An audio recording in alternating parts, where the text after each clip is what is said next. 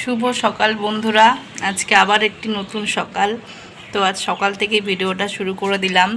তো আজ সারাদিন কি করছি না করছি সবই তোমাদেরকে দেখাবো।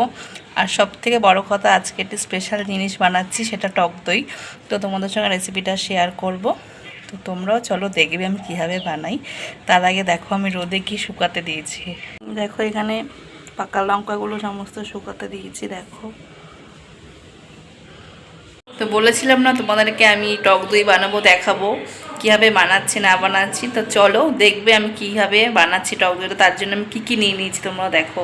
এখানে আমি 500 গ্রাম দুধ, গরুর দুধ নিয়ে নিয়েছি।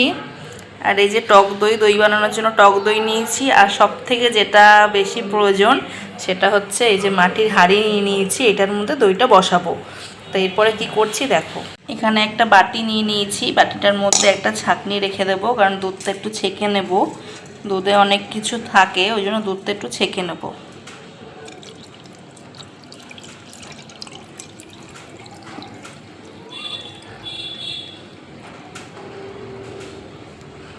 দুধটা ছেঁকে নিলাম। এবার এটা জাল দিতে বসিয়ে দেবো। গ্যাসে বসিয়ে দিলাম। তো এবার জাল দেব। এই যে দুধটা জাল হোক, তারপর আবার দেখাচ্ছি। এখানে দুধটা আমার ফুটে উঠেছে। দুধে কিন্তু সর পড়তে দিলে হবে না, তাহলে দইটা কিন্তু ভালো মতন বসবে না। এই দুধটা আমার ফুটছে, অনবরত হাতা দিয়ে নাড়িয়ে যেতে হবে। নাড়িয়ে নাড়িয়ে একটু ঘন হয়ে আসলেই আমি গ্যাসটা অফ করে দেব। দুধটা কিন্তু ফুটতে ফুটতে প্রায় অনেকটাই কমে এসছে। এতটা দুধ ছিল সেটা কমে হাফ হয়ে গেছে। তো আমি এবারে গ্যাসটা বন্ধ করে দেব, ঠান্ডা হওয়া অবধি অপেক্ষা করব। গ্যাসটা অফ করে দিয়েছি। এবার দুধটা আমি নামিয়ে দেব। নামিয়ে এবারে হাতা দিয়ে নাড়াতে থাকবো দুধটা ঠান্ডা হওয়া অবধি। পুরোপুরি ঠান্ডা করব না, যাতে আমি আঙুলটা চোবাতে পারি সেরকম ঠান্ডা করব। এভাবে হাতা দিয়ে দিয়ে নাড়িয়ে নেবো যাতে সরটা না পড়ে। সর পড়লে দই কিন্তু ভালো হবে না।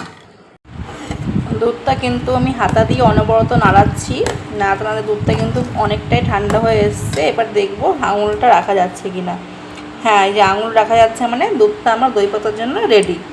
তো আমি এবারে কি করব, হাঁড়িটার মধ্যেই দই বীজটা ভালো করে মাখিয়ে নেব। মাখিয়ে দেখাচ্ছি।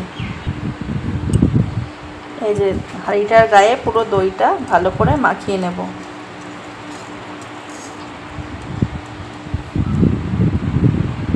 পুরো হাঁড়িটার মধ্যে আমি দইটা ভালোভাবে মাখিয়ে নিয়েছি।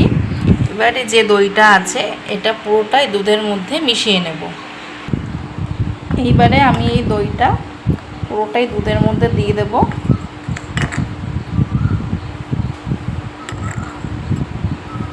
পুরোটা দিয়ে এবারে দুধটাকে ভালো করে নাড়িয়ে মিলিয়ে নেব। এভাবে হাতা দিয়ে দিয়ে পুরো মিলিয়ে নেব দইটা।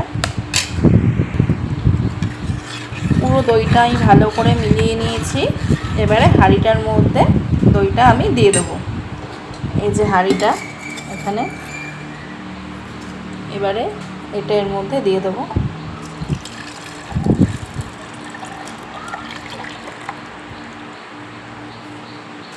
এটা পুরো এর মধ্যে দিয়ে দিলাম।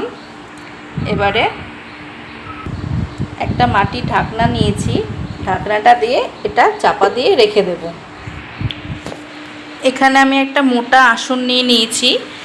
এই দইটা এই আসনটার মধ্যে রেখে ভালোভাবে চাপা দিয়ে রেখে দেব। যত গরমে দইটা থাকবে তত ভালো বসবে।